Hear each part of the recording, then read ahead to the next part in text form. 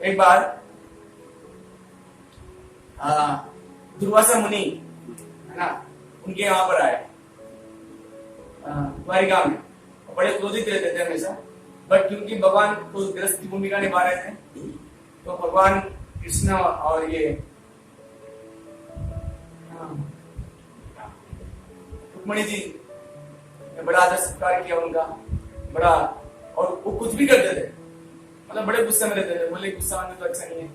अब भगवान कृष्ण, वो जानते थे कृष्ण भगवान, फिर भी आचार्य क्योंकि गृहस्थ की भूमिका निभा रहे हैं, राजा की मर्यादा है, तो वो कभी कभी दुर्वासा तो बहुत सारा खा जाते थे, कभी कुछ नहीं खाते थे, बड़ा उन्होंने आतंक मचा रखा था आतंक द्वारिका में। फिर भी भगवान कृष्ण बड़े नो प्रॉब्लम। तो एक बार क्या हुआ, इन्होंने ना कुछ कारण से कुछ दासियां थी, तो उन्होंने क्या कुछ सेवा में कमी कर दी, तो दासियों को लड़ा, तो गुस्सा करके बस में कर दिया दासियों को, कुछ नहीं बोला कृष्ण, नो प्रॉब्लम, बिल्कुल गुस्से नहीं। अब आगे सुनो क्या हुआ। फिर उसके बाद उन्होंने कहा मुझे तुरंत खीर चाहिए गर्मा गर्म, और गर्मा गर्म खीर लाए, और ये कहता आप पता कीजिए, मुझे शास्त्र का पता नहीं किया, तो गर्भ संहिता में होगा या फिर कहीं पर आपको मिल जाएगा। तो शास्त्रीय रेफरेंस मतलब मुझे पता नहीं, आप पता कीजिएगा। तो जब ये दुर्वासा जी जो थे उन्होंने कहा गरम खीर मंगा, तो गरम खीर लाएगी, तो उन्होंने थोड़ी सी खीर खाई और कृष्ण को गुस्सा दिलाने के लिए बोला कि अभी ना मैंने गरम खीर खाली, झूठी खीर थी, बोले इस खीर को चपड़ो अपने शरीर पे, पूरे शरीर पे लगाओ इसको। और कृष्णा ने चुपचाप लिया और खीर को पूरे शरीर पे लगाया। अब रुक्मणी जी जो थी वो बेचारे भली वाली हैं, और वो कृष्णा के भगवान को जैसे लिया करते थे बस ही आ गई, बोले तू हंसती है मेरे पे, कृष्णा इसकी भी लगाओ। कृष्णा आचार्य की बात मान और रुक्मणी जी की भी लगा दिया, बोले ऐसी नहीं मानेगी, बोला बन जाएगा, बोले ऐसी नहीं मानेगी। कृष्णा बोला वो तुम्हारा रथ निकालो, ये रथ निकाल के रथ घोड़े हटाओ और वहां पर रुक्मणी को लगाओ, कैसे, और रुक्मणी को लगाया भगवान ने, जहां पर घोड़े की तरह तो घोड़ा खींच के ले जाता है, वैसे रथ को माता रुक्मणी ने पकड़ा, कैसे देख पाएंगे लोग पता नहीं। और फिर रुक्मणी जी को लगाया और दुर्वासा जी रथ में बैठे, बोलने में मरा है कि उसको चाबुक से मार रहे हैं, जैसे घोड़े को मारते हैं, चलो राजमार्ग पे चलो। और बेचारे रुक्मणी जी तो बेचारे वो राजमार्ग पे गिरे, वो चल नहीं पा रहे थे, कैसे चलेंगे इतना, जिस रथ को 4-5 घोड़े खींचते हैं उसको एक अकेली माता कैसे खींचे। तो जैसे जैसे माता रुक्मणी खींच रहे हैं और वो कृष्ण को देख रहे थे, गुस्सा आ रहा है, कोई क्रोध नहीं आचार्य, आचार्य को भगवान जैसे मानते। फिर एक जगह माता रुक्मणी रुकी, कब तक खींच के ले जाएंगे, इतना भारी, तो बहुत बड़े मारे, ऐसे करते हो आचार्य के सम्मान है, और नाराज होकर चलने लगे, मैं जा रहा हूं यहाँ पर, कोई मान सम्मान नहीं मिला, ऐसे नीचे उतरे और जाने लगे। तो कृष्ण रुक्मणी जी को तो कुछ नहीं देखा, उसे कितने चाबुक लगे, उनको दुर्वासा को पकड़ने चले गए, आचार्य क्षमा कीजिए हमारी गलती, हम लोग आपको कुछ नहीं कर पाए।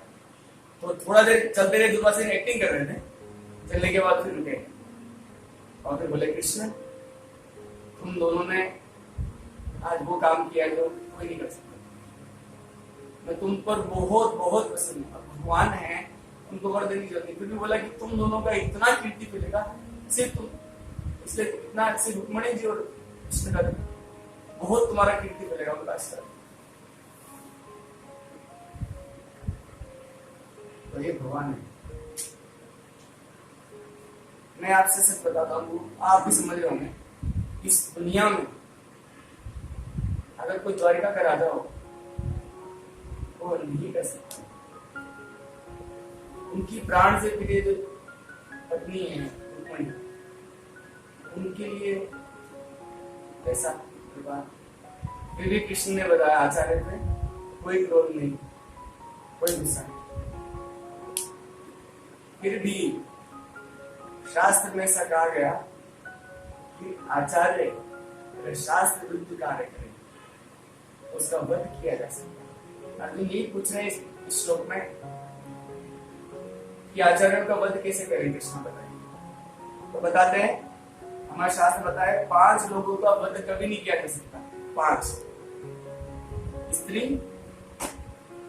बालक, बूढ़े व्यक्ति, ब्राह्मण और गाय, इन 5 को वध करने योग्य नहीं है। और आचार्य का तो भगवान बोले उनको तो नहीं कर सकते। फिर शास्त्र में ये भी कहा कि किसी किसी परिस्थिति में इनका भी वध किया जाता है। शास्त्र में दोनों बातें हैं। जैसे कि स्त्री देखा जाए, माता कैकेयी ने भगवान राम के वनवास के लिए मुख्य भूमिका निभाई और उनके कारण दशरथ जी के भी प्राण छूटे। और जब भरत को पता लगा, भरत महाराज को, तो उन्होंने निंदा की लेकिन वध नहीं किया। और शत्रुघ्न तो मंथरा को पीट के मार डालना चाह रहा था, तब भरत ने रोका, नहीं, स्त्री को नहीं, वध नहीं किया। और ये भी कारण बताया कि अगर हम लोग इन दोनों को मारेंगे, है ना, इनको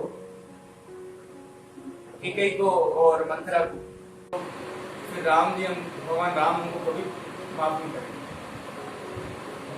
लेकिन कहते हैं अगर स्त्रियां भी अगर विनाश कार्य में नियुक्त हो जाए, विनाश करने के लिए, तो उनका वध किया जा सकता है। जैसे कि भगवान राम ने ताड़का का वध किया क्योंकि वो विनाश कार्य कर रही थी।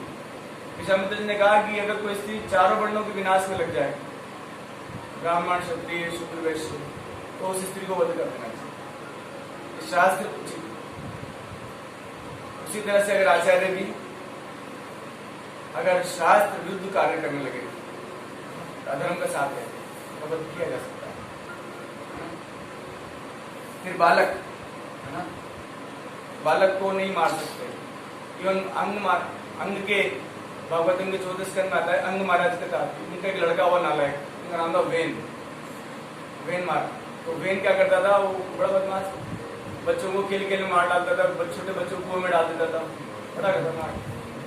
तो अंग महाराज बड़े वध नहीं कर सकते थे, बड़े परेशान हुए, दुखी हुए, फिर खुद जंगल में चले गए। बोले ऐसे लड़के से तो, क्योंकि ये तो मुझे नक्श उद्धार करेगा नहीं, मुझे करना पड़ेगा अपना उद्धार।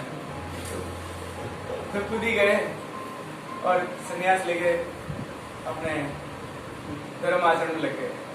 और वेन बाद में राजा हुआ, फिर ब्राह्मणों ने इनको हत्या करवाया वेन को, और फिर उनके वेन का शरीर का मंथन हुआ, फिर उसे तो मारा गया। फिर भी बालक अगर ऐसे विनाश कार्य में लिप्त हो, तो एक बार बताते हैं कि कर्ण का एक लड़का था, उसका नाम था वृषसेन।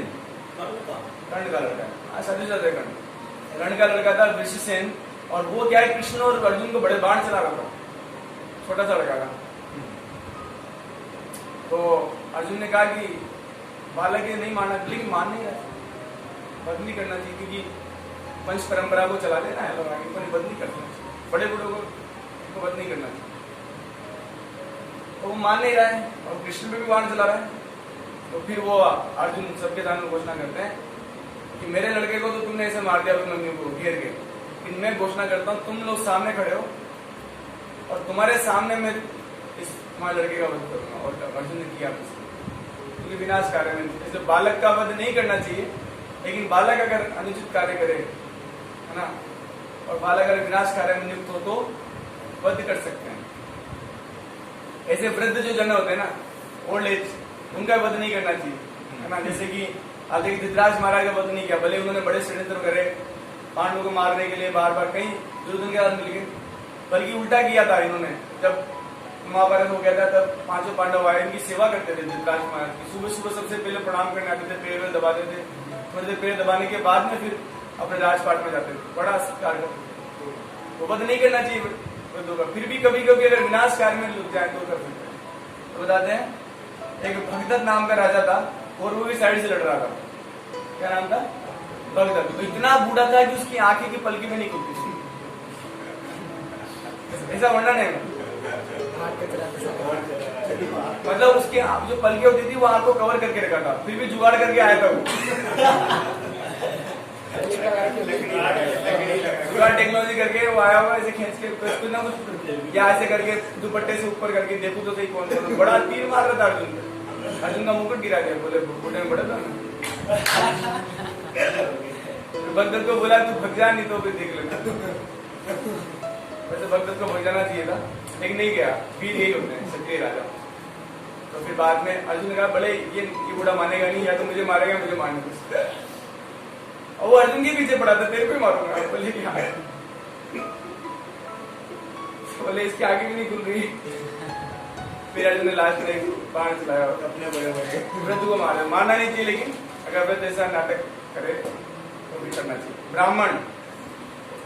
ब्राह्मण का वध कभी भी नहीं किया जा सकता, है ना? ब्राह्मण का वध नहीं कर सकते, लेकिन ब्राह्मण मतलब वो होता है जो गुण और कर्म दोनों से ब्राह्मण हो। भगवद गीता में भगवान कृष्ण कहते हैं चातुर्वर्ण्यम मया सृष्टम गुण कर्म विभागशः, कि 4 वर्ण है, ऐसा नहीं है गुण ही कर्म भी होने चाहिए। अगर कोई क्षत्रिय, अगर कोई ब्राह्मण, ये गुण ब्राह्मण जैसे हैं, लेकिन अगर फिर भी वो अपना कर्म बदल दे, मतलब वो ब्राह्मण अगर क्षत्रिय हो जाए तो फिर उसको ब्रह्म हत्या का पाप नहीं लगेगा। जैसे द्रोणाचार्य जी थे, ब्राह्मण थे, लेकिन अब ब्राह्मण के कर्म तो ये कि लड़ाई क्यों कर रहे हो, फाइटिंग क्यों, अस्त्र शस्त्र नहीं चलाना चाहिए। अब वो ब्राह्मण का त्याग के उन्होंने क्या किया था, क्षत्रिय पद नाते। इसलिए अगर अर्जुन को मारते हैं तो ब्राह्मण हत्या का पाप नहीं लगेगा, क्योंकि गुण और कर्म दोनों होंगे तब वो ब्राह्मण कहलाएगा। अब तो क्षत्रिय है, ब्राह्मण हत्या का पाप खतरनाक होता है। जो गुण और कर्म से ब्राह्मण है उसका तो अपमान करने से आपका वंश समाप्त हो जाएगा, आपका यश खत्म हो जाएगा, है ना? हाँ, तो इसलिए ये जो तर्क, मतलब मैं अर्जुन की साइड में हूँ, तो मैं अर्जुन की साइड लेके बता रहा हूँ, मतलब अर्जुन की कृष्णा की साइड में हूँ। कृष्णा बोल रहे हैं कि द्रोण को मारो, भीष्म को मारो तो सही है, बड़े बड़े बुजुर्ग है। लेकिन आप जब इसके नेक्स्ट श्लोक में हम चर्चा करेंगे कल 5वें नंबर श्लोक में, कि ये जो दोनों थे द्रोण और भीष्म पितामह, ये दोनों स्वीकार करते हैं। जब युधिष्ठिर महाराज मिलने जाते हैं, युद्ध से पहले उनके पास परिक्रमा करते हैं, प्रणाम करते हैं, तो बोला कि दोनों स्वीकार करते हैं कि हम लोगों ने दुर्योधन का अन्न खाया है, और अर्थ, धर्म, अर्थ, काम, मोक्ष 4 मनुष्य के साथ में है, तो अर्थ के लिए हम दुर्योधन पे डिपेंडेंट है, अर्थ के लिए, अर्थ उपार्जन के लिए, इसलिए हमें उनकी साइड से लड़ना पड़ेगा। तो मतलब ये अपने पद से गिर चुके थे दोनों, और द्रौपदी की चीरण में कुछ बोला नहीं, तो वैसे ही ये पाप के भागीदार हो चुके थे। भीष्म पितामह कर सकते थे विरोध, 2 थप्पड़ मार दिए तो साइड से सही हो जाता हूं। और भीष्म पितामह का इतना था कि अगर वो बोल देते कोई एक भी सेना का सैनिक हिल नहीं सकता था। ये नए लड़के हैं तो 4 साल का बूढ़ा आदमी, दादा परदादे देख लिए इनके, 2 थप्पड़ मारते तो दूसरे साइड में हो जाता, लेकिन नहीं विरोध किया, तो एक तरह से पाप के भागीदारी हुए। तो अगर ऐसा, अगर कोई जैसे इनकी हत्या नहीं करनी चाहिए, स्त्री, बालक, वृद्ध और ब्राह्मण, लेकिन अगर ये लोग अगर अनुचित कार्य में लग जाए, विनाश कार्य में लग जाए, तब इनकी हत्या करने में कोई पाप नहीं। ये इस तर्क को लेकर हम लोग ये कह सकते हैं कि द्रोण और पितामह भीष्म की हत्या से अर्जुन को कोई पाप नहीं लगेगा और कोई अनुचित कार्य नहीं। तो यही इसमें कहा गया। और ये मुझे आ रहा है, विदुर जी का याद आ रहा है मेरे को। ठीक है, विदुर जी भी अर्थ उपार्जन के लिए इनके साथ थे, लेकिन विदुर जी ने तो भाग नहीं लिया ना, पार्टिसिपेट नहीं किया, बोले मैं जा रहा हूँ तीर्थ के लिए। ये भी बोल सकते थे, तो बूढ़े तो वही गए थे दोनों, द्रोणाचार्य भी बूढ़े हो गए थे, भीष्म पितामह भी बूढ़े थे। बोले चले यार हम लोग भी चलते तुम्हारे विदुर, भक्त संग करेंगे, डिवोटी एसोसिएशन, और तीर्थ स्नान करेंगे। बताया आपको 36 ईयर्स बाद आए थे, 36 साल बाद।